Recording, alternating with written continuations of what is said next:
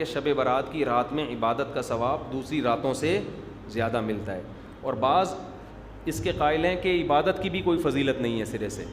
دونوں کے دلائل ہیں، میں نے اس بارے میں آڈیو بیان ایک ریکارڈ کروایا ہے، آپ گوگل پہ سرچ کر سکتے ہیں، شب برات مفتی طارق مسعود، شب برات کے دلائل، آڈیو بیان ہے۔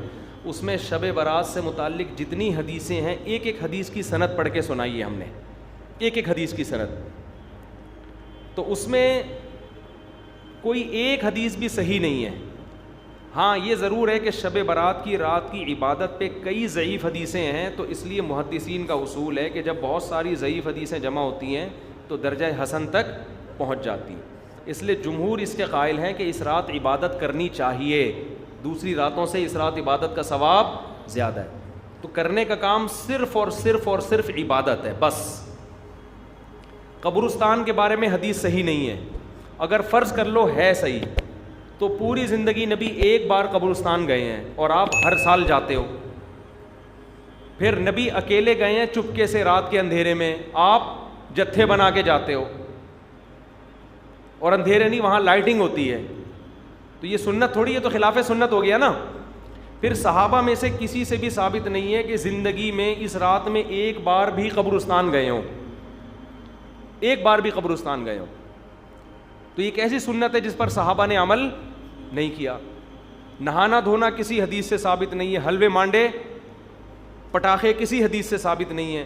قرآن میں صاف طور پر ہے انا انزلناہ فی لیلۃ القدر، ہم نے قرآن نازل کیا ہے کس میں؟ لیلۃ القدر میں، رمضان کی آخری عشرے میں۔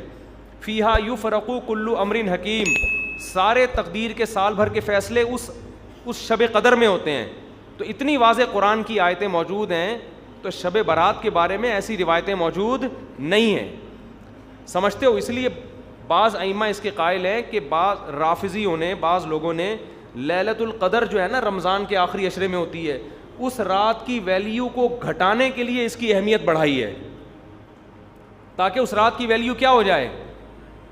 کم ہو جائے، تو اس کے مقابلے میں اس رات کو لا کے کھڑا کر دیا۔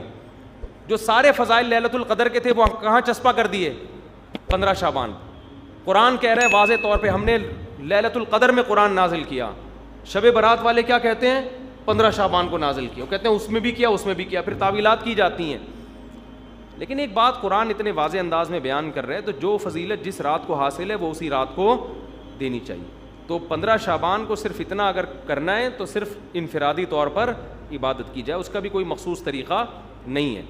تو باقی یہ قبرستان والی جانے والی بات بھی کمزور ہے، اور اس رات میں فیصلوں والی اور حلوے مانڈے اور تہوار تو رات کو اسلام میں ہوتے ہی نہیں ہیں، اسلامی تہوار تو دن میں ہوتے ہیں، خوشی دن میں منائی جاتی ہے۔ اسلام میں راتیں عبادت یا نیند کی ہیں، خوشیوں کی راتیں نہیں ہوتی، چراغا نہیں ہوتا۔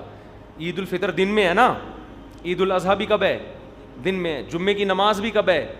دن میں ہے، جس میں کراؤڈ ہوتا ہے، جس میں نہا دھو کے ہم آتے ہیں، ساری دن کی اعمال ہیں، یہ رات کے نہیں ہے، رات سونے کے لیے ہے، آرام کرنے کے لیے یا عبادت کرنے کے لیے۔ سمجھتے ہو کہ نہیں سمجھتے؟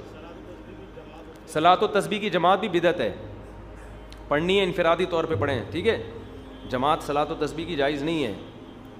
تو یہ اور پتہ نہیں کیا کیا لوگ کر رہے ہیں شب برات میں۔